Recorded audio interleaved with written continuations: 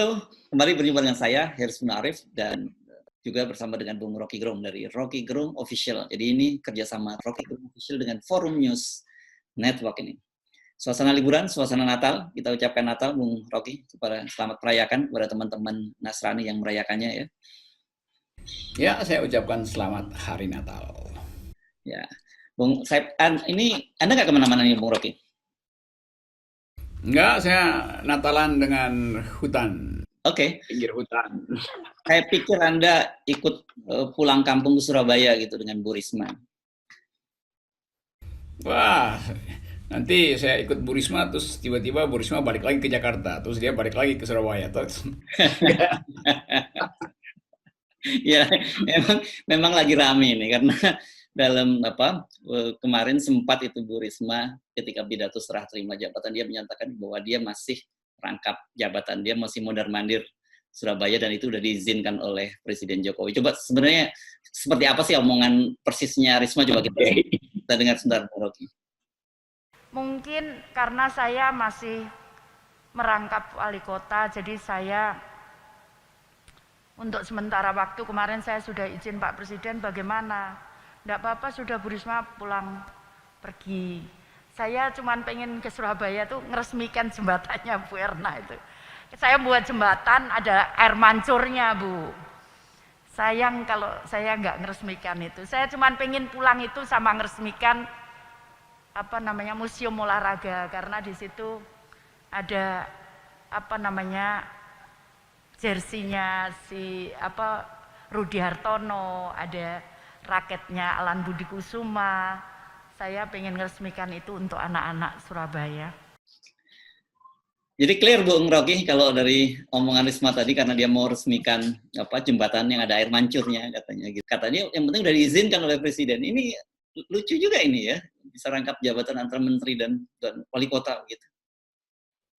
itu artinya Presiden sangat membutuhkan Ibu Risma, sehingga oke, khusus buat Bu Risma, boleh rangkap jabatan. Karena nanti mungkin Ibu Risma juga janjikan bahwa air terjunnya akan diresmikan oleh Presiden gitu kan. Jadi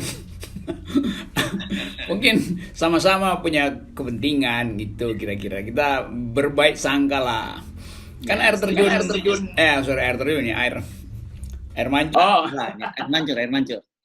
Ya. Ya 11-12 lah, air mancur juga, dia naik terus dia jatuh kan. Itu sama dengan peristiwa politik gitu, ada tokoh yang naik tiba-tiba jatuh, itu kayak air mancur. Ya. Tapi ini untung ini sebelum kemudian rame ya, walaupun sempat bikin heboh netizen, ini Departemen Dalam Negeri ini segera menyatakan bahwa dia langsung diberhentikan otomatis ketika menjadi wali kota. Dan saya kira ini benar dong, masa ada wali kota, menteri merangkap wali kota gitu. Iya, itu sebetulnya itu aturan administrasi, bahwa supaya tidak ada keputusan dari wali kota yang numpang pada kebijakan Menteri Sosial. Sebetulnya kan itu cuma buat mencegah konflik of interest. Tapi sebetulnya Bu Risma ya bilang aja, ya saya melepaskan jabatan wali kota, tapi nanti pada waktu peresmian saya masih ingin balik ke Surabaya menggandeng Presiden Jokowi. Ya itu bisa juga. Jadi nggak perlu ketat-ketatan sebetulnya. Yang penting ada semacam profesionalisme dalam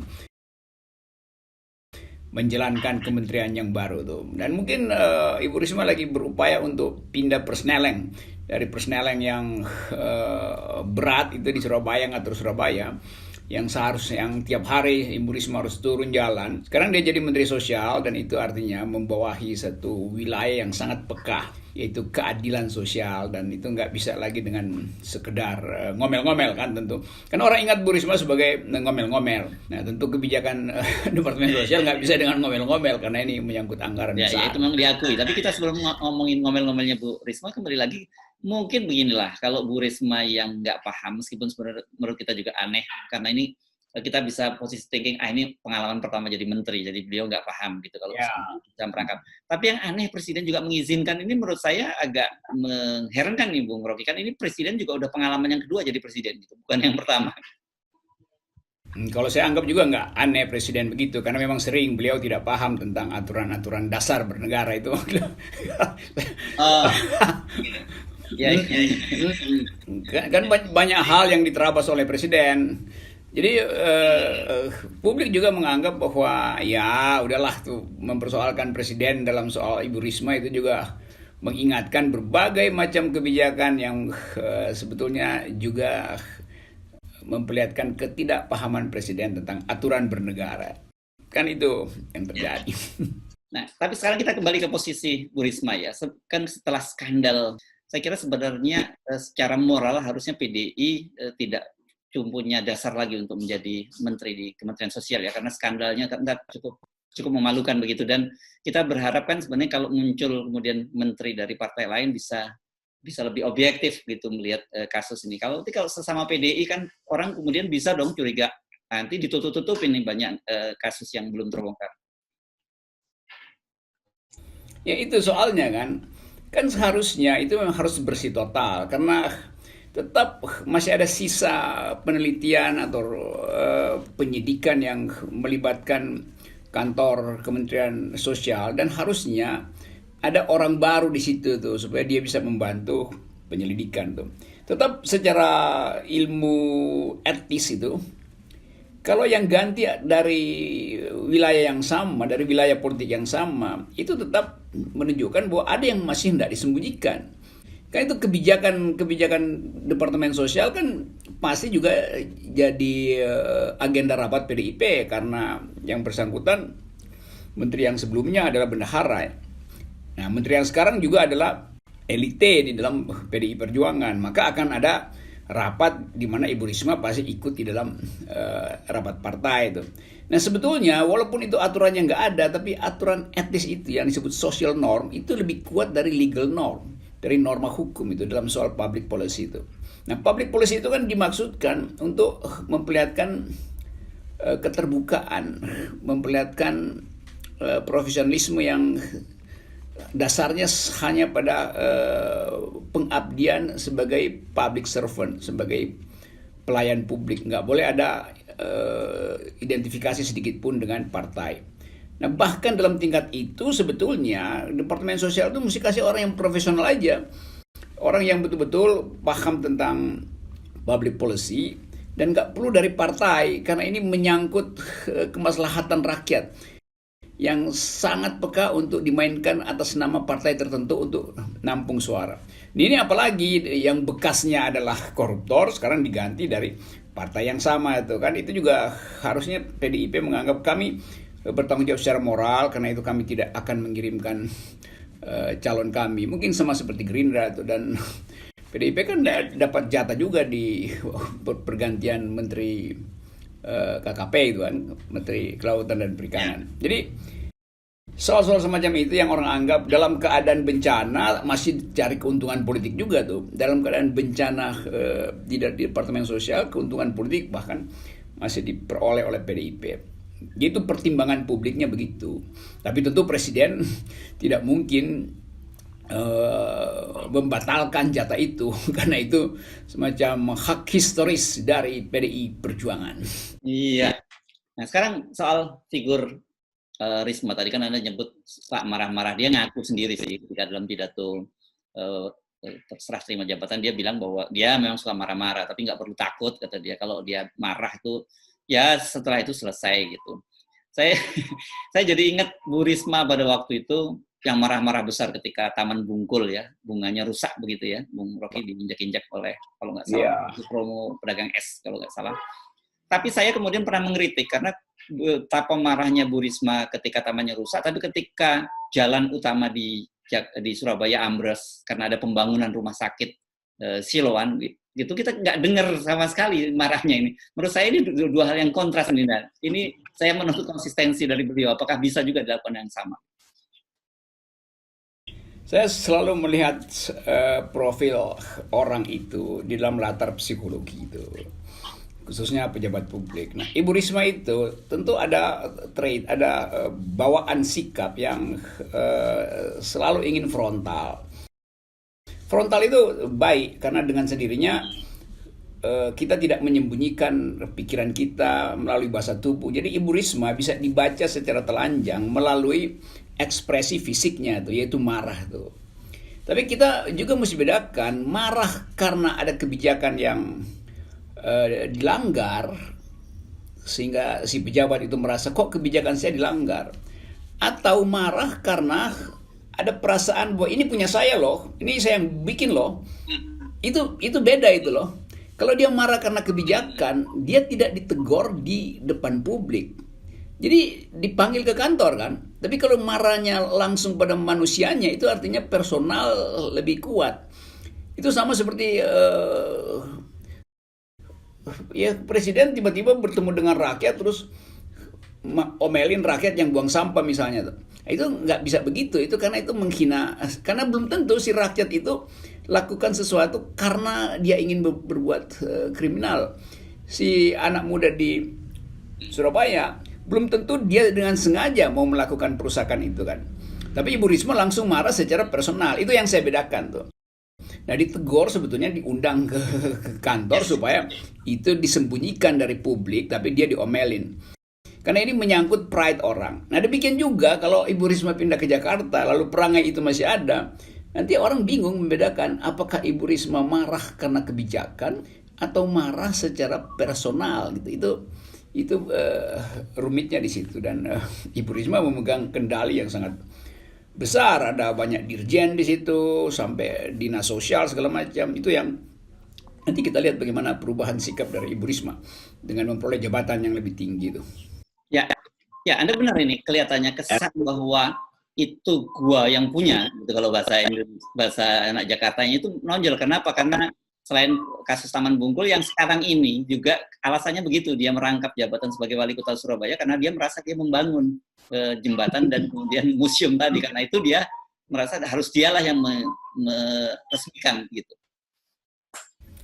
Itu nggak bisa kan? Itu kan begitu Ibu Risma selesai atau dipilih sebagai menteri, maka secara administratif dalam hukum administrasi negara dia berhenti sebagai wali kota Surabaya. Maka kepemilikan dia terhadap air mancur itu pindah ke pejabat wali kota, mau kepala dinas kayak wakil wali kota segala macam. Karena itu kan fungsi publiknya tuh. Jadi kalau di dalamnya melekat semacam pemilikan batin terhadap air, mungkin air mancur itu indah sehingga Ibu Risma ingin punya kenangan di situ. Tapi itu nggak boleh dipromosikan di dalam seragam kepejabatan publik. Karena itu milik publik dan bisa diresmikan oleh siapa saja. Begitu dianggap Ibu Risma yang punya memori dengan itu, lalu orang menganggap kalau gitu itu dibiayai dengan uang Bu Risma apa? Jadi ini soal-soal pertanggungjawaban kita pada publik, dan hal ini bisa jadi mungkin ini simple aja, tapi nanti kemudian jadi soal besar kalau Ibu Risma harus membuat kebijakan di bidang kesejahteraan sosial misalnya.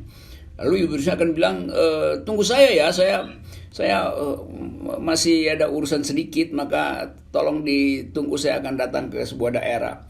Lalu pejabat daerah tuh kelimpungan, padahal dibutuhkan waktu cepat. Jadi personifikasi sebetulnya di dalam kebijakan publik itu belum bisa dimengerti dengan baik oleh para pejabat kita. Nah, sumber dari korupsi juga sebagian besar karena personifikasi, menganggap bahwa jabatan itu adalah milik saya, oleh karena itu kebijakan itu harus menguntungkan saya. Itu bahayanya kalau diterus-teruskan. Ya, oke. Mudah-mudahan saja ini tadi cerita tentang dia pengen rangkap jabatan betul-betul karena ketidaktahuan, karena kenaifan. Walaupun sebenarnya buat kita yang berada di luar publik pun menjadi agak heran gitu.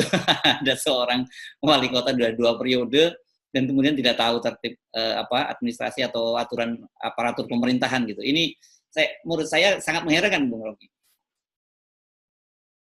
Ini sebetulnya masalahnya ada di partai-partai itu, termasuk PDIP misalnya. Kan mesti ada satu pendidikan politik, kurikulum politik yang mengajarkan hal yang disebut res publica. Res artinya soal-soal yang menyangkut publik. Jadi res publica. Kehidupan republik harus dengan etika res publica. Itu yang mesti diajarkan oleh partai-partai, bahwa kehidupan publik itu harus betul-betul lepas dari, bahkan emosi pribadi itu nggak boleh terlihat dalam kebijakan itu kan. Jadi soal ini yang saya kira juga pada Presiden Jokowi, beliau seringkali tidak paham bahwa ada res publica, ada urusan publik itu. ada hal yang harus dipisahkan. Nah itu yang menerangkan mengapa beliau tetap menganggap tidak ada konflik of interest karena berdasarkan hukum anaknya boleh jadi wali kota, menantunya boleh jadi wali kota Medan. Oleh karena itu pejabat-pejabat utama dia boleh ikut berkampanye terbuka atau tidak terbuka untuk mendukung dua anaknya itu. Kan itu tidak mengerti apa itu res publica. Nah, beliau memimpin republik yang basisnya adalah res publica. Padahal dia lakukan hal yang disebut res privata itu bahayanya. Itu karena itu saya sering ingin agar supaya ada kurikulum pendidikan dasar di partai tentang res publica. Ya, karena tadi kita tidak bisa melihat itu sebagai soal yang sederhana ya. Tanpa dengan cara berpikir semacam itu, dengan statement semacam itu, kita kemudian bisa memahami, oh sebenarnya cara berpikir mereka dan cara mereka memandang jabatan publik itu seperti itu. Gitu. Iya, jadi sisa-sisa peradaban feodal masih melekat pada istana sebetulnya, dan beberapa tokoh daerah, beberapa gubernur juga saya perhatikan punya mental yang sama, karakter yang sama. Ini punya ini gue yang bikin supaya langsung kelihatan bahwa ini punya saya, maka saya tegur langsung yang yang merusak atau mengganggu hasil karya saya. Kan itu konyol kan. dalam kehidupan demokrasi orang anggap ini kok lu konyol. Betul, Anda adalah wali kota, Anda adalah gubernur, tapi Anda adalah wali kota dan gubernur karena jabatan publik itu, sebagai jabatan publik. Jadi kalau ada kesalahan ya jangan lakukan teguran personal, lakukan teguran publik. Teguran publik itu di mana? Ya di dalam hukum.